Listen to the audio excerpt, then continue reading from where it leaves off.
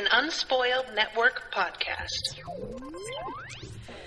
This is Spoil Me, covering Vorkosagin Saga, Book Something, Cetaganda, Chapters 1 and 2. In these first chapters, Miles is on a diplomatic mission, and two really, really weird things happen. One of which I don't think was meant to be an attack on him specifically, and another one that I'm positive was meant to be an attack on him specifically. But for what possible reason? Welcome to Spoil Me.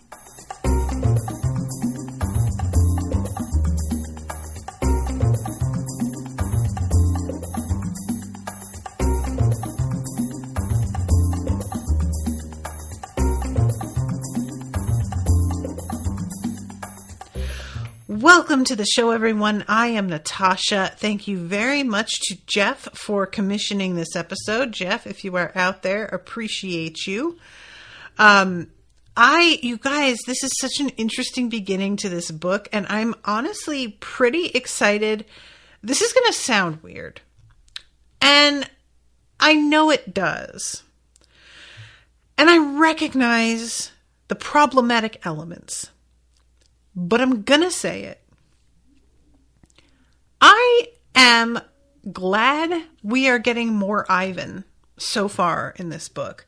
I don't know if we're going to get as much going forward as we have been, but it really feels like he's kind of the only guy that Miles has to talk to about things at the moment. So I'm pretty sure we're getting a fair amount of him. And personally, I'm kind of coming at this from the same place that I was coming at my growing fondness over the last season of House of the Dragon, season 2, for Aegon Targaryen. Aegon is a rapist. He is a real piece of shit in a lot of ways. And yet, in this second season, there were some genuinely endearing moments with him, where he behaved in a way I could absolutely see myself behaving if I were in a similar situation. And it just sort of made him grow on me to a point where I was actively rooting for him when I never thought I would ever get to that place. And that's sort of how I'm feeling about Ivan. Clearly, he is out here fucking maids and trying to grope Elena. This dude isn't awesome in a lot of ways. However, there are parts of his personality that I just find really enjoyable, especially as a foil to not only Miles's intelligence, but he's basically a foil to every aspect of Miles's personality, whether that be his appearance, whether that be his tactfulness. Pick a trait and Miles is going to handle it almost the opposite way, or show himself looking the opposite of Ivan. And it's really interesting how they can be such opposites, and yet Ivan isn't an infuriating person, in a way that I would expect. You guys know that I have had a checkered past with foolish characters. There are certain characters that I have understood I was being unkind, but I also had to admit I had very little tolerance for. A good example would be Rubeus Hagrid. A lot of people love Hagrid, and I understand why, but I found the fact that he was always so thoughtless about things and would stumble into these situations and just say exactly the worst thing he could or do the worst thing he could. I have always had a difficult time forgiving that when I felt like he should know better. He's an adult. He is in a position of some power, and I want him to do better. And so I have been really intolerant with him when he has made poor decisions. And part of it is because he, and like some other examples I could think of, I won't get into too much sidelining, but oftentimes these characters are people that our mains are really, really depending on in a way that felt like the power imbalance was wildly out of control. And so that person not thinking things through not only felt more irritating because they were the adult here and they should know better, but also they were so crucial to this working out the way that it was supposed to, that like they let the main character down in a particular way. And because I don't feel that kind of power imbalance between Miles and Ivan, it's just a really different place for me. Miles is so capable. He is certainly like at a physical disadvantage, but mentally he is all over everything. He is also like frequently underestimated, which plays to his advantage. And he like with the structure of Barry-Yaran society and nobility, he is actually like a step above Ivan. So most of the way that the power imbalance, it falls towards Miles actually, rather than Ivan. So it makes me feel a little bit less like, come on, Ivan, he's fucking counting on you and you just keep letting him down. Can you please fucking do something right for once?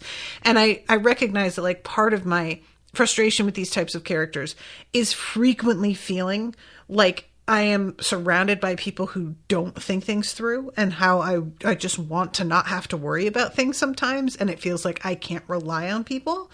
So I have like a particular frustration with that that's just in my life, and it's probably why I'm not tolerant of it with characters. But Ivan is just so diverting, you know? He is so like the fact that he constantly is going to opt for whatever the most pleasurable immediate thing is. Highly relatable. I can't pretend that I'm not like this, you know, and it's not something I'm proud of, and it's not something that's good for me. It's not something that's good for Ivan while we're at it, but I understand it profoundly. And there's something about the fact that he doesn't try to pretend that he's not like this. There's no artifice with him. Even when he's trying to charm women, it never really, and I may be wrong because we haven't seen a lot of him in action. We've seen him approaching women. We've seen him talking about women. But we've never actually seen him attempting to carry on a conversation where he's charming a woman that he is into.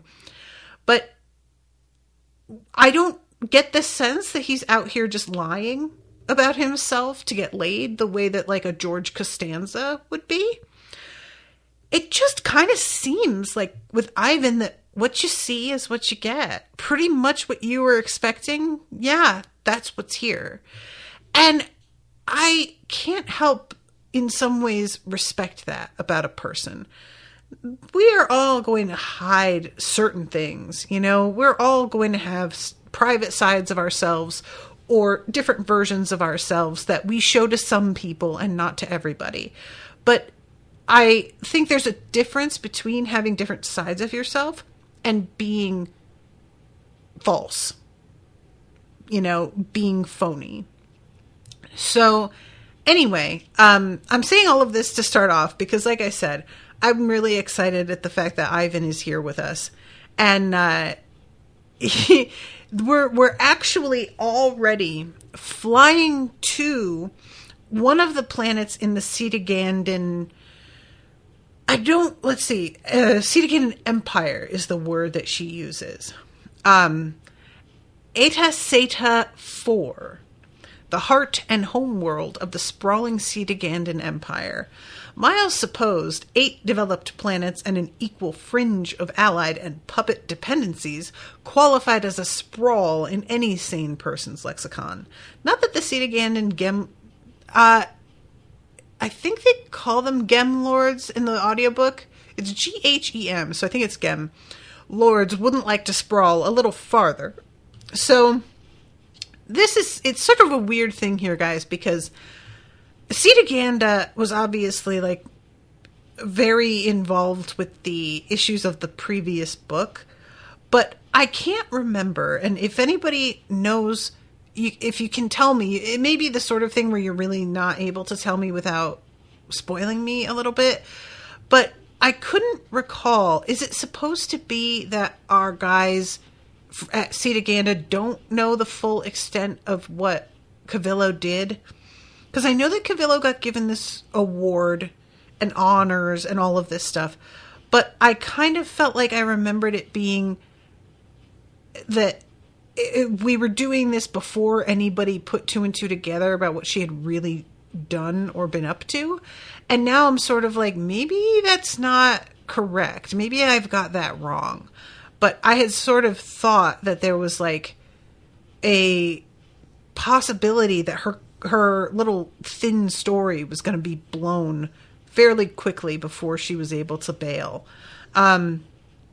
So anyway, I'm just trying to get a sense of like where they stand with her and where she stands in the overall political landscape of if she does at all. I'm just sort of preoccupied with her because, like I said in the last episode, she's one of the first sort of adversaries that Miles has come across who has actually made it into the next book and not been dealt with.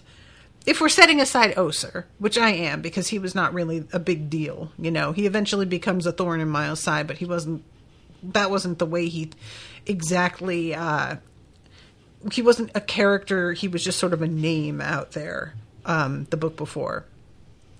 So, the vibe here is that Miles is sitting with Ivan and they're talking about this mission. There's a real difference in the way they're each approaching it.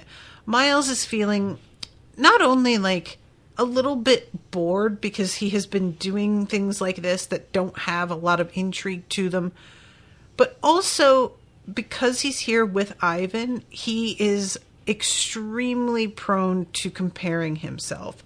And it's just really tough to read because we all know that comparison is the thief of joy. That's the saying. And it's a saying for a fucking reason. However, it is so much easier said than done to not compare yourself to a person. Like, wouldn't it be lovely if we could all just turn that off? But you just can't do it. And personally, I know it's a massive factor in my sense of self-worth. And I try so hard.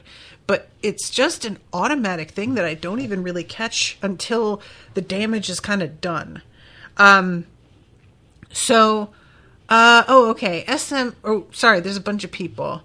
M. says, worth remembering that Bujold wrote these books and she grew up in a time where it very much was a boys will be boys attitude toward casual sexual harassment. Yeah. And I recognize that with her. I'm saying that for me, it feels weird to want more of him when I feel the way I do about his behavior in general. Vicky says, I think the Cetagandans know what Cavillo did, but they can't admit they knew in advance.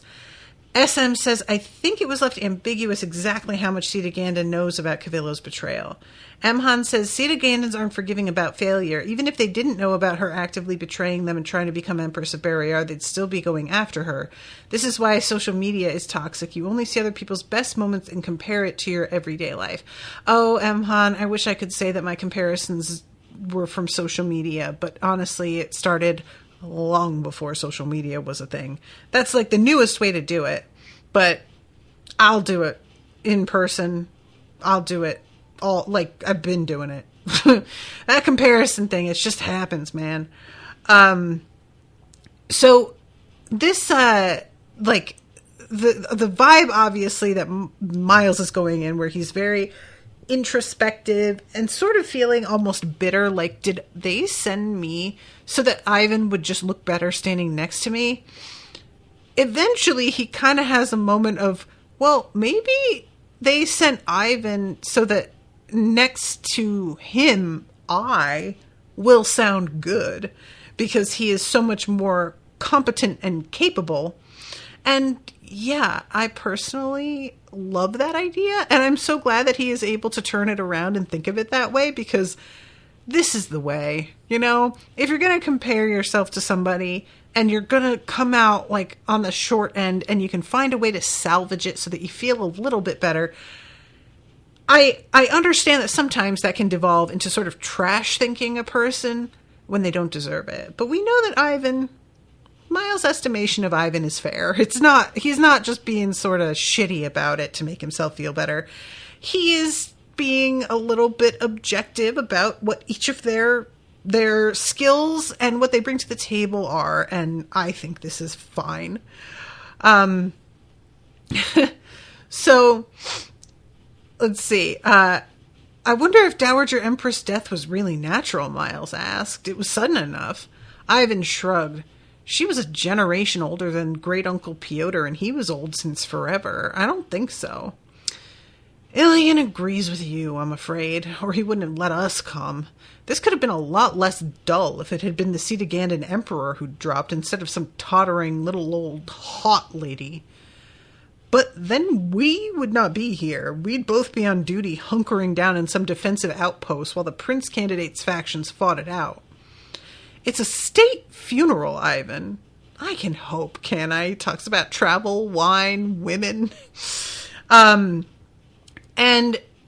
he's thinking about how, like, they have to write reports to Ilian about what's going on. And they're thinking how they might make it something a little bit more embroidered is the word that he uses than usual, just to sort of grate on him a little bit. Miles is still out here just like poking and prodding at people. He cannot help himself. So let's see. If any two governors come, I suppose the rest have to show up just to keep an eye on each other. Should be quite a show. And eventually he makes a fucking gaffe, as he is wont to do. Miles says, "It's the one thing that convinces me the Cetagandan Hot Lords are still human after all that genetic tinkering." And Ivan says, "Mutants on purpose are mutants still." And he doesn't... This is what I mean about, like, kind of appreciating the lack of artifice with him. He realizes that he has offended Miles, but he doesn't pretend that he didn't mean exactly what he meant. Now, I just want to be clear. Somebody being an asshole and not apologizing doesn't make them a better person. He could apologize. But even though he doesn't apologize, he also doesn't, like I said, try and be like, oh, well, not you. I don't mean you. You know what I mean? Like that kind of thing where a person says something offensive that they really think, and then they try to walk it back as if they don't think that exact thing and try and soften it and make it seem a little bit more palatable. Because they, you know what I mean? Like, he actually just fucking stands by it. And I don't like it. It's a fucked up thing to say in front of Miles. It really just incredibly thoughtless. But I really thought we were going to immediately get him sort of spluttering and trying to save face, and he doesn't do that. And I was just like, okay, I guess. Miles is just like, we're supposed to be diplomats. That was not diplomatic. You're going to have to really watch your shit. And it says, Ivan shrugged off his brief embarrassment. I bet he did. That's the thing that Miles is reflecting on a little bit later as well, is that, like, he's looking at Ivan trying it on with, like, yet another woman, and he's thinking about how easy it is for Ivan to take rejection, Because Miles is just sort of feeling like, why don't I have the luck that he has with women? And he begins to realize it's a little bit more of a numbers game. Like, this dude just, if he is gonna try it with every single woman he meets that he finds at all attractive, then you're gonna be able to just, by percentages, get lucky more often. And Miles is simply not willing to put himself out there that way. And this is not a judgment. I'm not either. I don't blame him at all. But there is, again, a moment of just feeling, if not sorry for himself, just a little irritated.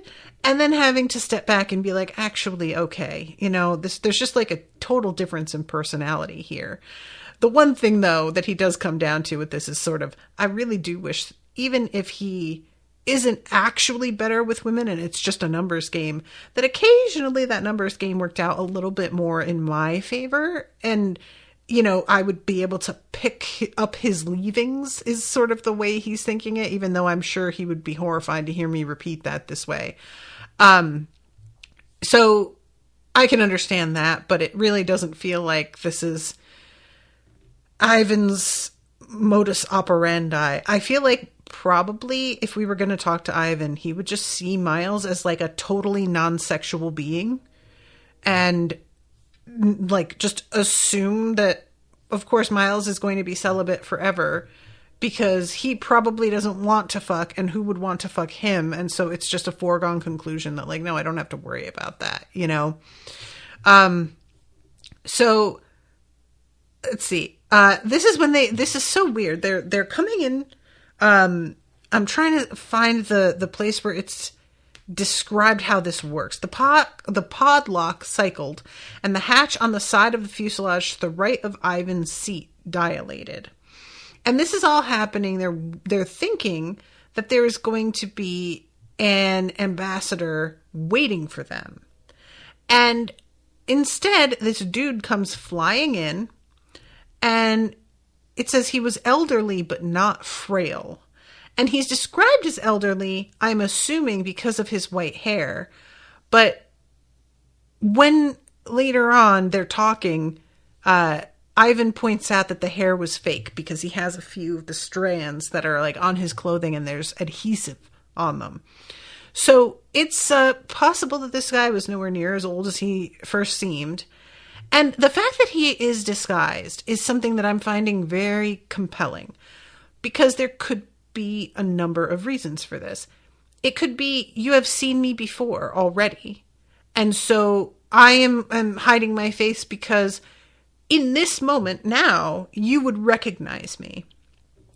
It could be, I will be meeting you later, and so I'm disguising myself so that when you see me again later in a different role, you will not then recognize me. It could be nothing to do with Miles or Ivan. It could be he has a disguise on for another reason, and they just happen to be here in the mix wherever he goes. And what happens, he's got like this disruptor, this nerve disruptor on him. But it's not exactly like he seems to be coming in ready to fight. He doesn't have it out. He just reaches to his vest to grab it once he sees them. And it's like kind of odd, because you'd think if he were coming in ready to like start some shit, he would already have his weapon out. So Ivan manages to knock the disruptor out of his hand. It's floating around. Miles has to grab it without like accidentally setting it off. And then eventually this dude starts reaching for a pocket, and he takes out he is reaching for it, and Miles notices this and thinks that he's going for a second weapon because the nerve disruptor he got taken away. So Miles reaches into his pocket ahead of him and pulls this rod out, and it says the man screamed and wrenched violently. Greatly startled and not at all sure what he'd just done, Miles launched himself away from the struggling pair and ducked prudently behind the pod pilot. This was so odd. like, why this reaction? It could simply be, this thing is so valuable, and seeing you taking it away from me is causing me to go into an utter and complete panic. It could be that there is something to this being like connected to him in some way that causes pain for it to be removed. There are so many things here that are in conflict with each other, though, because then as this goes on, and I'm trying to find the spot. The old man stared at Miles with the rod in his fist. His expression altered from fright to, was that grimace a flash of triumph? Surely not. Demented inspiration? And so that's the thing, is like, why would you react this way? And if once you take stock of it, you're like, actually, this might be great. I guess he just hadn't thought of the second angle, is what the implication is. Just what an odd scenario, though, because my assumption at first was, we're going into this vehicle knowing who is here, with them as our specific objective. And then when I backed up, I was like, maybe not. Why do I assume that? It is possible that there was simply a ship that was being called in here, and it was not about who was on it. It was, we needed an escape route. This was the closest one that we gave incorrect information and flagged down.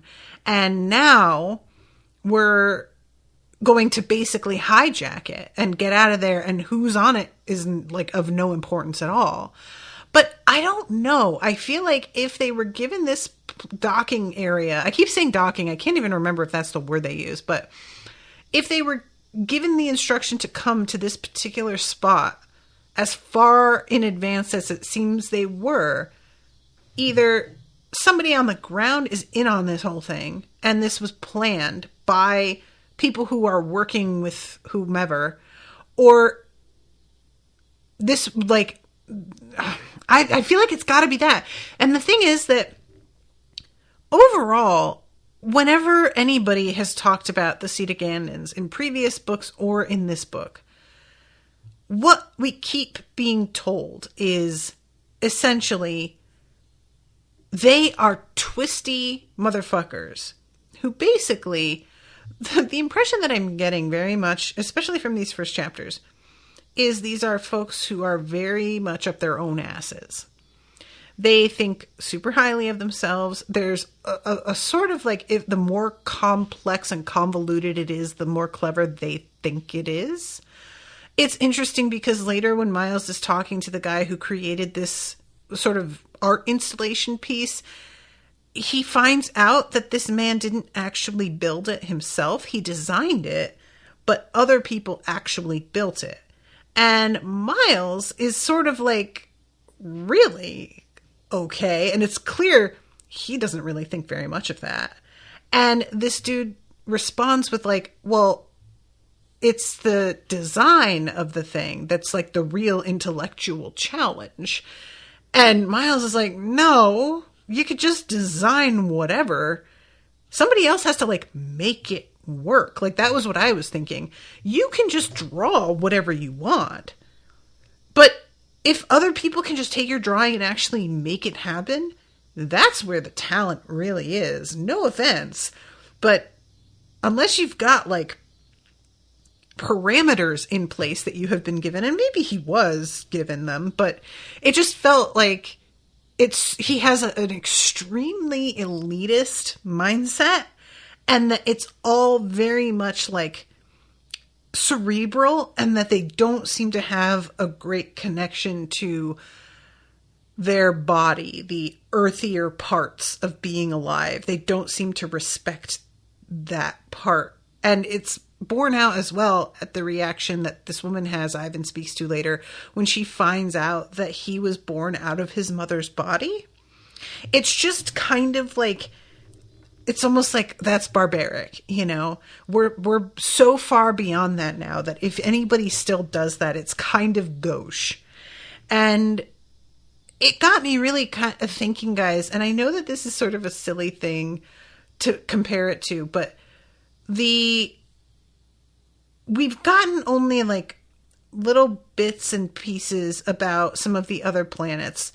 And I feel like Jackson's Hole isn't part of another empire. It's its own thing. Am I wrong? But I have been thinking about all of this in terms of like the Middle Earth, like the Baryarans are the dwarves. I feel like Batons are like, the men. And then we've got the elves here who are just snobs and just, very much like high on their own shit.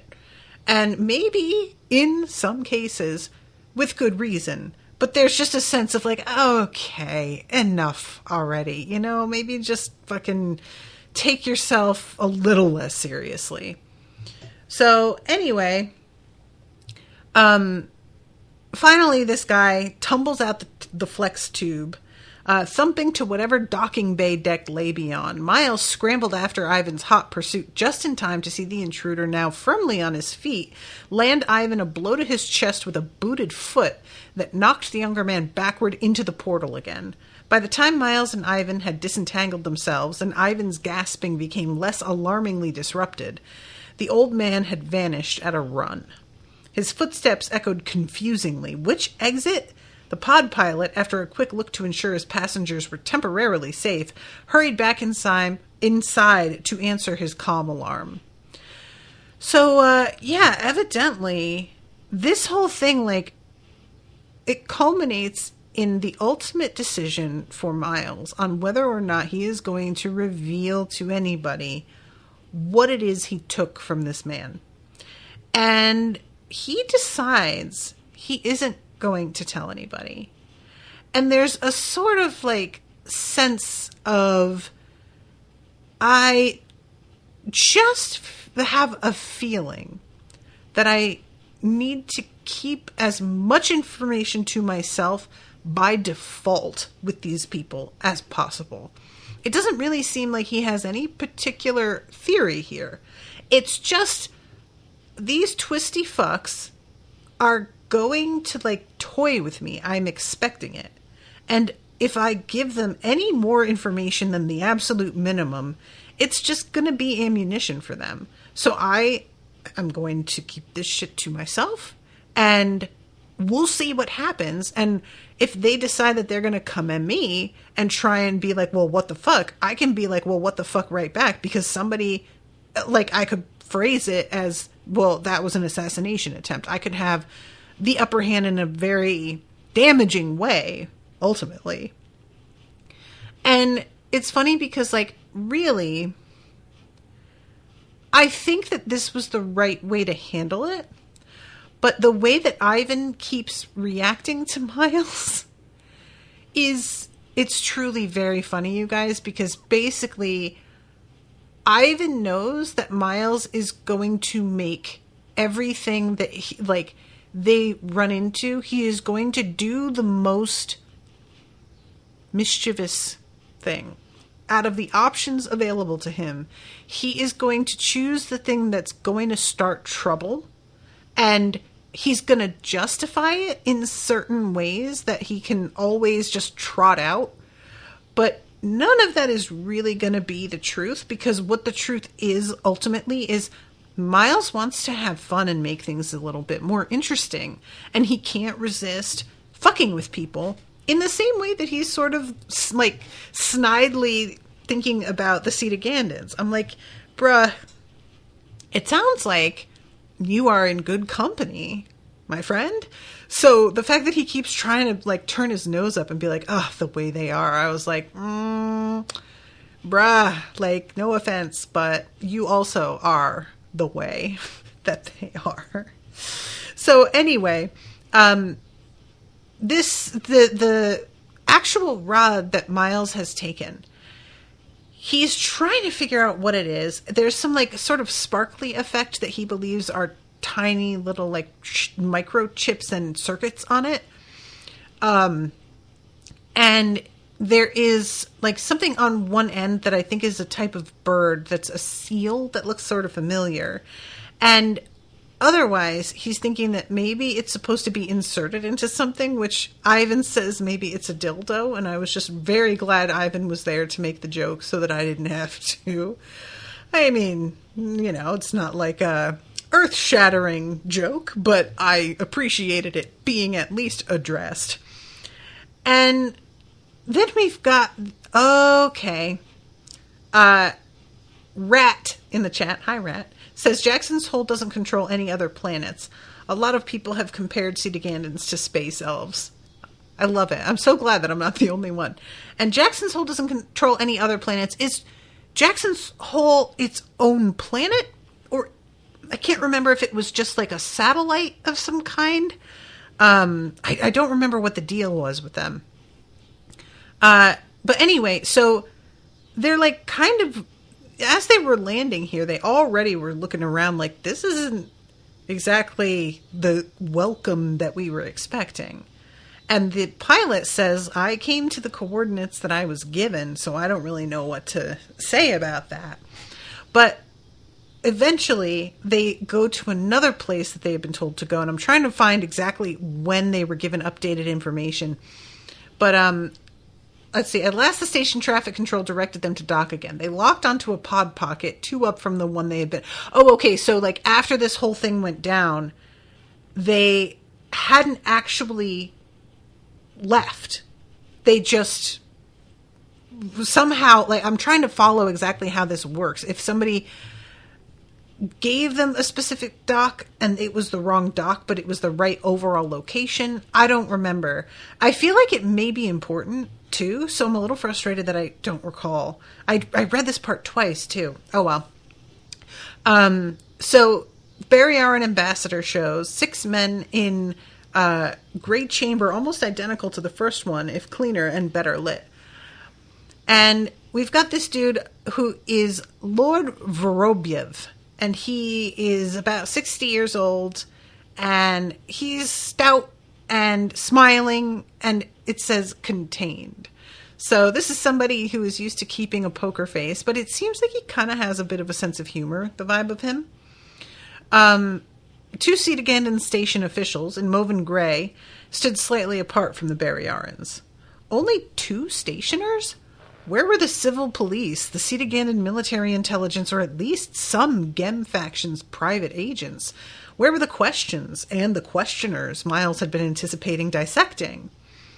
Instead, he found himself greeting Ambassador Vorobyev as if nothing had happened. Vorobyev was a man of Miles' father's generation, and in fact had been his appointee. He'd been holding down this critical post for 6 years. Miles resist an urge to salute. So, Miles, takes a moment to decide whether he should say anything about this. He chooses not to. There's just a whole, something is off about this. Eventually, when he asks, why the hell are we being asked to come this way? Vorobyev is this is definitely a studied insult, is the way he puts it. This is like the staff entrance. But years and years ago, I decided to just let go of the fact that they were being this petty. And there's somebody who is actually with the Cetagandans standing right there. And he doesn't have any response or reaction to this man's words. And this could be for a number of reasons. He could potentially be somebody who is kind of friendly with Vorobyev and just doesn't feel the need to say shit because he doesn't want to show that he agrees. It could be that he is just trained to stay absolutely expressionless at all times for the advantage that conveys. Or it could be that he's yeah, I'm glad you fucking know it's an insult. Good. And he has no real feelings about it. So the runaround today seems particularly ornate. Consider yourselves honored, my lords. Why? Is it supposed to be that the more they're putting you off, the more dangerous they perceive you to be, and so you should be proud of yourself? What a wild way to live. So I'm sorry, guys. I keep going and clicking on the Kindle app, even though that's not even working right now. Here it is. So they eventually get to this spot, and I loved the way this was written. The Barryaran Embassy's own planetary shuttle was docked to a genuine passenger lock. It had a proper VIP lounge with its own grav system in the flex tube, so nobody had to float. There, they shed their Cetagandan escort. Once on board, the ambassador seemed to relax a little. He settled Miles and Ivan in luxuriously padded seats arranged around a bolted-down comm console table. At Vorebyev's nod, a guard offered them drinks of choice while they waited for their luggage and departure clearances. Following Vorebyev's lead, they accepted a Barryaran wine of a particularly mellowed vintage.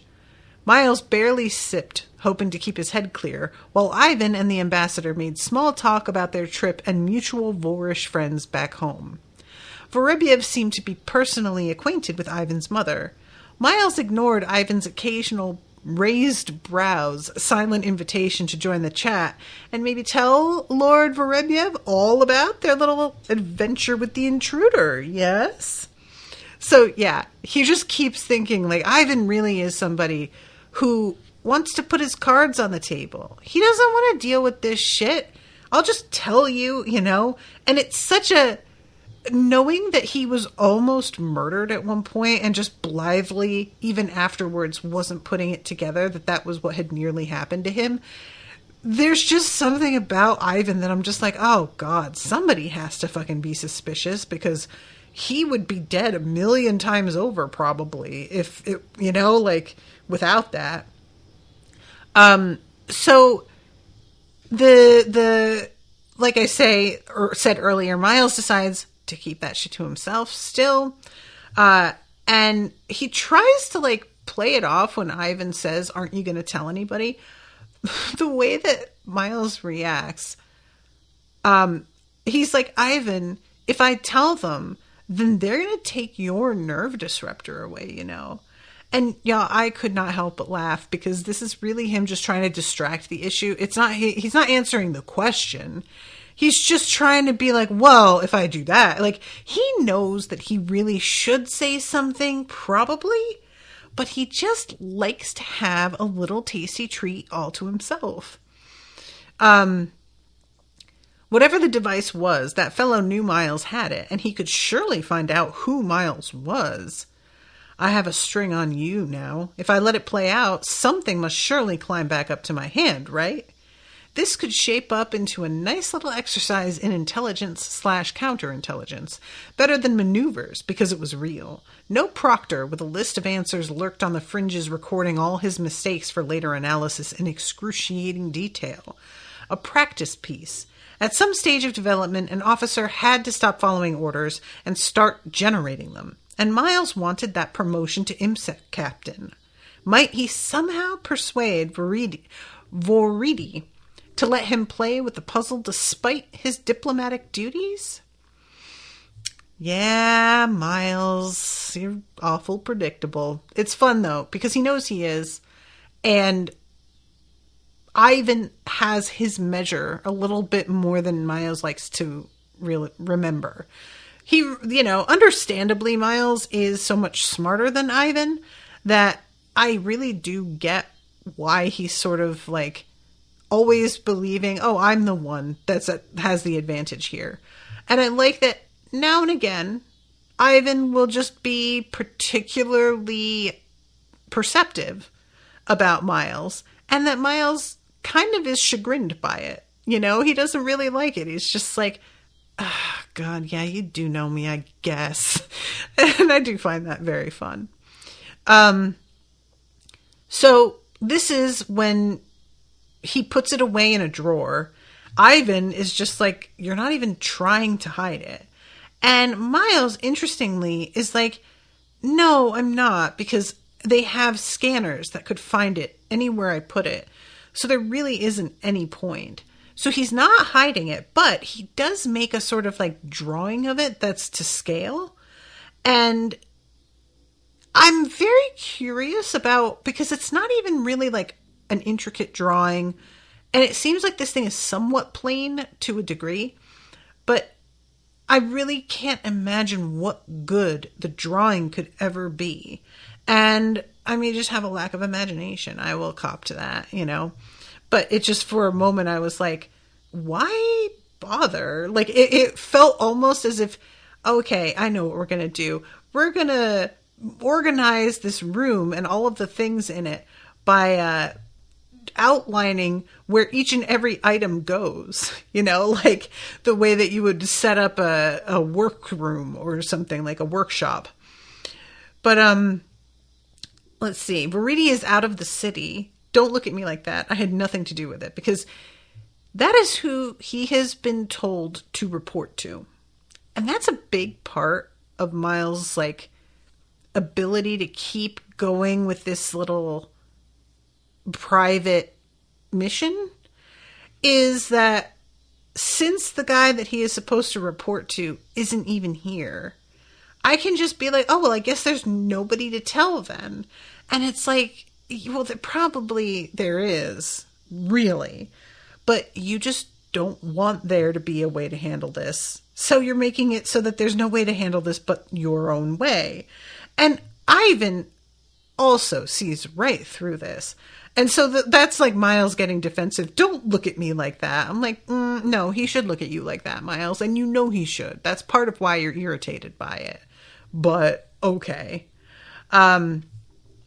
So eventually, Ivan is just like, all right, you know what? Fucking get going. We're going to be late. Please just get dressed. And Miles takes a minute to look at his like leg braces and consider if he could go without wearing them today, which, considering later events, I would have been very interested what the reaction would have been of the folks who were setting him up if he hadn't worn them after all. Ivan is the one who convinces him to, because Ivan says, your mother is going to have my ass, basically, if you don't wear those and you fucking break bones again. I don't want to hear it. Put the fucking things on. And I think he was right to do it. But working with the information I have now, I am kind of like, ugh, I sort of wish you hadn't though, buddy. So, this, I really do like this. So they get to this event. He has the flimsy is what she keeps calling it. So I'm imagining these being like sheets of clear plastic, basically, that you like, because it's described as being on sort of a stack of them, and you have a stylus you write with them on. It's a weird thing, the whole idea of a flimsy. I don't feel like has ever been really outlined like in such detail, but I may have just forgotten it. Will there be many Cetagandans present, Miles asked, or is this party strictly for us off-worlders? No hot lords, of course, said Vorobyev. They're all at one of the late Empress's more private obsequies tonight. So hot lords are higher than gem lords on the social ladder, I'm assuming. The Marilakans aren't paying sufficient attention to their own wormhole nexus maps. They imagine they are at a natural border, but if Marilak were directly held by Cetaganda, the next jump would bring them to Zoav Twilight, with all its crossroutes, and a whole new region for Cetagandan expansion. Marilak is in exactly the same relationship to the Zoav Twilight crossings as Vervain is to the Hagen hub, and we all know what happened there. But Marilak has no interested neighbor to mount a rescue, as your father did for Vervain. Provocative incidents can be manufactured so easily. So, that's interesting. We're going to be encountering a potentially, like, identical situation here in some ways. Also the fact that Miles, like, throughout all of this, I've been talking about how he is a little, like, jealous of Ivan and the fact that he is able-bodied and very handsome and yada yada. But there's also something that I have mentioned as being, I'm certain, a stumbling block were I in this position. And that is the fact that Miles knows that he is a hero, but he can't tell anybody about it. So he's in this weird, like, I am very important and extremely capable, but nobody is allowed to know that about me. And so everyone thinks that I am getting where I am due to nepotism only. And that was like hinted at the end of the last book. You know, Ilian mentions that to him, and he's like, yeah, I know. And he seems bummed about it. But it was interesting because when it's brought up here, he has more time to consider that that's a bummer. And it seems like it's very much oriented around meeting women, that it's the kind of thing like I'd be able to use to my advantage when I met women, and I'm not even allowed to. I have this like kind of promotion that everybody thinks is a load of shit when I know I worked very hard for that. And it just made me think about the number of times that I have watched any like TV show or read any book where a person has to pretend to be less intelligent than they are, or like in order to be undercover somehow. And I have such pride, and that would really be difficult for me to do. And one of the things that I think about all the time is there's an episode of Veronica Mars where she has to pretend to be this like ditzy co-ed who's just like, oh my God, I don't even know how to play any of these games, or I don't even know what parts of the computer are, when she's hanging out with like very bro-y gamer, like IT nerds. And she knows everything, but they talk down to her anyway, and she has to sort of feed into it in order to make them so comfortable that they'll say shit around her without really thinking. And it's so agonizing to watch because I know how intelligent she is and how embarrassed they would be if they realized how they're showing their whole ass right now. But she can't let any of that show, and it would drive me fucking bonkers. And Miles, it's sort of like a weirdly similar situation where he is so capable, and the people around him, just all they hear is that he is, you know, Count Vorkosigan's son, and they see the fact that Miles is crippled, and they immediately are just like, oh, well, if things were actually fair, he wouldn't have gotten anywhere in life. But it's just because of whose son he is. They just pretend that him being a cripple doesn't matter, when we all know it does, and that you can't perform the way that, you know, we would expect. And it's like, no, keeping the cover is part of the job. Like, you know, that's what's making him effective, is that everybody underestimates him. But it's galling. It really is kind of galling, you know? Anyway, we also have some talk here on the way into this event where the ambassador, Vorebiev, is talking about how they call the Cetaganda invasion of Barrayar a reconnaissance in force. All 20 years of it? Asked Ivan, half laughing. They tend not to go into the embarrassing details. And this is what I really like. These people are waspy AF.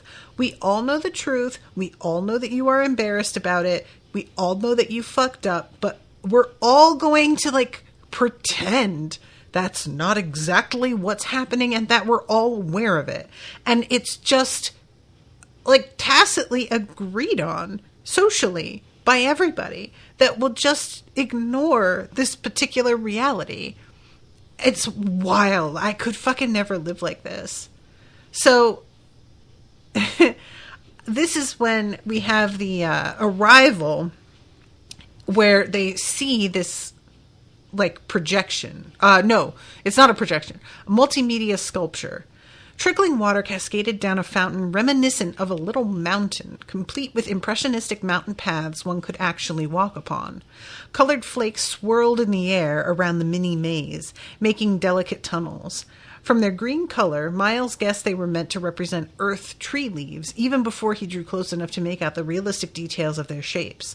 The colors began slowly to change from 20 different greens to brilliant yellows, golds, reds, and black reds. As they swirled, they almost seemed to form fleeting patterns, like human faces and bodies, to a background of tinkling like wind chimes. So was it meant to be faces and music, or was it just tricking his brain into projecting meaningful patterns onto randomness? The subtle uncertainty attracted him. I'll fucking bet it did. And this sounds cool as hell. As somebody who is obsessed with, like, seasonality, I am into this, just for the record. So, I have almost reached my time, and I'm going to have to speed through this, but this is the bit where this dude comes forward and says, we think it's rather fine. Quite an honor. It's titled Autumn Leaves. My cipher staff puzzled over the name for for half a day and finally decided it meant Autumn Leaves, which I did think was funny. And then we get like this mention that Ivan like smiles along with the joke, but clearly doesn't get it. Oh, bless him. So then, one of my favorite sentences in this section. Vorobyev formally introduced them to Ambassador Bernot, who responded to their rank with elaborate courtesy, and to their age by telling them where to find the food and pointedly turning them loose. It was the Ivan effect, Miles decided glumly. They mounted stairs toward a buffet, cut off from getting to hear whatever private comments the two older men went on to exchange. Probably just social pleasantries, but still. I love it. Miles wants so bad to sit at the big kids' table. And again, the fact that you aren't sitting at the big kids' table is what makes you effective in a lot of ways. But I get it. And it's very funny to me that it's like the Ivan effect. They're just like looking at Ivan and they're like, yeah, there's a kid who just wants to eat something, get a little drunk, and go fuck. So go ahead, bruh. Have a good time. So we get some more descriptions of this, like, sculpture turning to its winter setting. And the winter, it's not like this beautiful kind of wonderland. It's death. It's very stark and forbidding. And he is just like, whew, that thing is very compelling. So eventually, Ivan finds a beautiful woman that he is flirting with. She seems kind of into him. And eventually, when she is told that Ivan was born out of his mother's body, she just like totally just walks away. So she liked the vibe of him until it went a little bit too far. And Miles is like looking at this woman and first of all, struck by how exceptionally beautiful she is. But then also realizing like he doesn't really feel like he would want her. And he examines that and is just like coming to the conclusion that she's not Elena. And he's frustrated with himself and just like, yeah, well, Elena is not an option. And she hasn't been. And you fucking know that. Why don't you just get over it? Move on with your life. But it's very easy to say and not so easy to do. So I'm wanting Miles to move on because I like Elena, but I don't find her that compelling at the moment. And, you know, we haven't been around her with her doing very much. She has often been in his shadow. So personally, I'm a little bored of the whole Elena love thing. I would like him to just get on with it. However, I understand that that's a difficult thing to let go of. The only thing that could possibly, like, you know, I think there's a fantasy in his head a little bit of like, well, what if Baz just died somehow and she were single again? And I'm like, and what? She didn't reject you because she was so in love with Baz that she couldn't imagine being with you. She rejected you because she felt like you were such a huge force that you would just run her life in a way that you probably wouldn't intend. And that is more true now than it has ever been. So I just don't see that going away unless she really starts to like become more of a force as well. So there's this little conversation between, I was going to say, but Miles really does not participate. He observes, and it's Ivan talking mostly. But this woman is Lady Gell. And then there is Lord Yanaro, who is he is the designer of this art piece. And Lord Yanaro is like, oh, you and me, Miles, we actually go back a little bit. I'm your opposite number. My grandfather was Gem General Yanaro. So they're just sort of like, Miles gets on edge when he says that there's some history between them. But when he says this, Miles is like, oh, is that all? Okay, yeah. And there's a bit of talk about how his, let's see, my grandfather was Gem General Yanaro. Oh, the unfortunate commander of the, what do you folks call it? The Barryaran expedition? The Gem General who lost the Barryaran War, Yanaro said bluntly. Really, Yanaro, must you bring that up? So they have a little talk here about military stuff, but eventually there's a moment where Lady Gell makes a joke. It's not even really a joke, but it's more of just like a, don't you think that this art piece is a little bit like hokey? And he says it's a practice piece. True courtesy considers the tastes of the recipient, which I think is actually true, but it does feel in this moment like he is just trying to shield the fact that he did something a little bit like mid, you know? I think it sounds awesome, but it seems that her criticism got to him a little bit. And apparently a lot of what he does deals in scent, and he says to her, I still maintain scent is a subtler sense than sight. You must let me mix for you sometime. That civet jasmine blend you're wearing tonight absolutely clashes with the third level formal style of your dress, you know. Her smile went thin. Does it? Miles' imagination supplied background music, a scrape of rapiers, and a take that, varlet! He tamped down a grin. Beautiful dress, Ivan put it on earnestly. You smell great.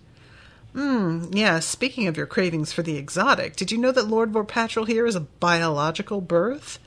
So this is when she eventually walks away, and Inaro is evidently a little upset at her leaving. But I kind of couldn't tell what was going on because it felt like he was into her and he was trying to like get her attention off of Ivan. And maybe that the way that she came at him about his art, he was trying to sort of neg her back and wrong foot her because that would put him in a position of dominance over her. And instead, she just took genuine offense rather than it being, you know what I'm saying? And the perfume, like earlier, Miles had thought to himself about how that perfume is clearly full of pheromones, which are unnecessary because you're super hot, but also her dress is super conservative. She's wearing lots of layers. And so I think that's what he means is like you've got a pheromone heavy perfume on and then you've got this like nun like outfit. And so those things don't go together. But I kind of enjoy that contrast. And that's the sort of thing that if you were a better artist, you might actually kind of be into. It's part of why wearing a frilly white lace dress with combat boots works, you know? Anyway, this is one of the examples of like how Cetagandans have a bizarre code built into how they dress.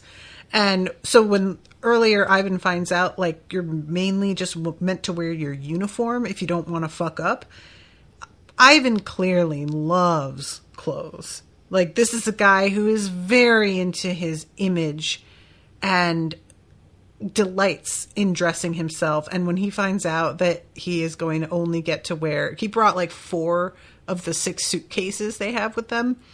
When he finds out he's only going to get to wear like his uniforms, he's sort of, oh, come on. However, I will say, Ivan, you are always like a hound trying to find some bitch out there.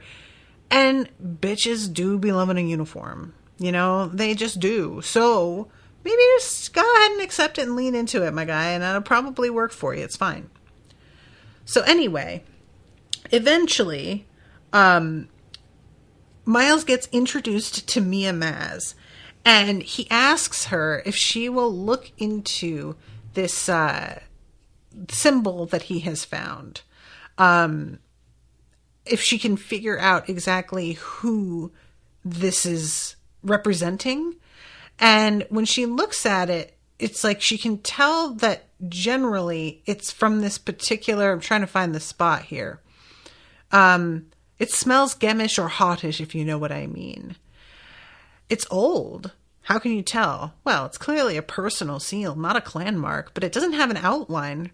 For the last 3 generations, people have been putting their personal marks in cartouches, with more and more elaborate borders. You can practically tell the decade by the border design. If you like, I can try and look it up in my resource materials. And he asks her, when he like hands over this flimsy, he's like, is it possible for you to just keep this to yourself? And she clearly, her interest is roused. And he tries to play it off as just like, oh, you know, just a compulsion to be secretive and paranoid. It's a habit. And they get cut off, but I did sort of feel like he showed his hand a little bit too much there. I don't know, maybe not.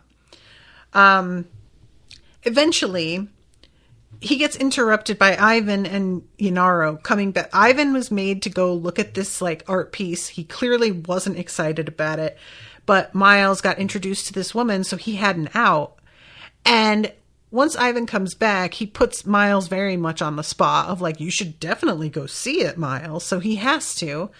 And Yanaro, I really don't get the sense from him that he is the threat, but it just may be he's that good. He seemed sincerely upset later on and embarrassed.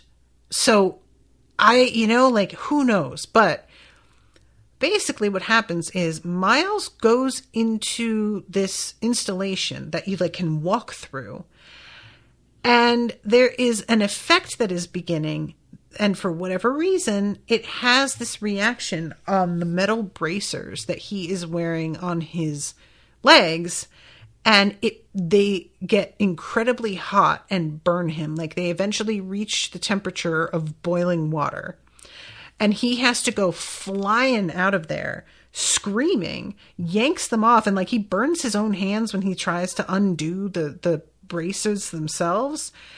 And when he looks up, eventually, he sees that there are a lot of people around who are just staring at him in this humiliating moment of him like swearing and crying. He's got his like pants yanked up to take the braces off. So he's got his like deformed legs on display. And it's just a really like embarrassing, in his mind, loss of face. And when Yanaro says later that like, oh my God, this is so embarrassing, he's talking about himself and what his project did to Miles, but Miles is very much like, bro, I do not want to hear it. Do you see me right now? Do you see me sitting here with like half of my clothes gone, like with my injuries out here? I don't want to hear you crying about it. And initially Yanaro is like, I'm going to destroy it. And I was sort of suspicious at the fact that his immediate action that he was going to take, he thought, I know what I'll do. I'll destroy the thing, when I felt like, well, shouldn't we want to know what's in there actually? Shouldn't we inspect it? But then when the ambassador is like, well, no, we should inspect it, Yanaro doesn't push back at all to that suggestion. And I would think if he really wanted it to be like a cover-up, he would have said, whoa, no, we mustn't. He doesn't argue. So I really just don't think whatever this was his doing. Especially because he explicitly had nothing to do with the building of it. He could have just been saying that, granted. But the chat he has with Miles about it felt heartfelt to me. And yeah, the sense of it at the end of these chapters is that despite the fact that one could play this off as an unfortunate oversight with the construction. Miles really believes this was somebody out to get him in particular.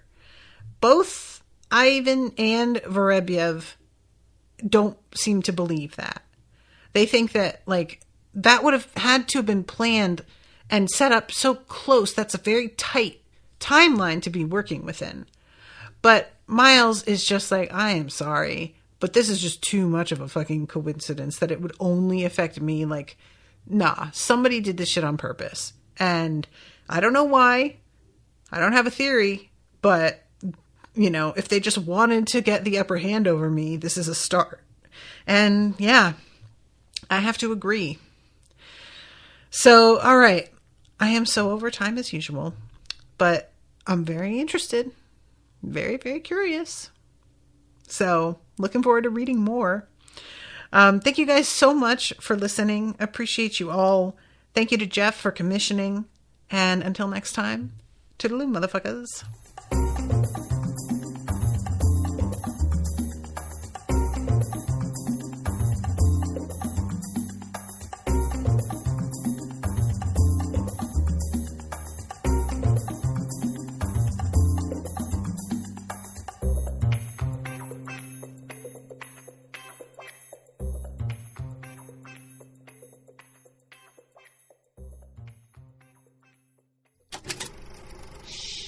That was an Unspoiled Network podcast.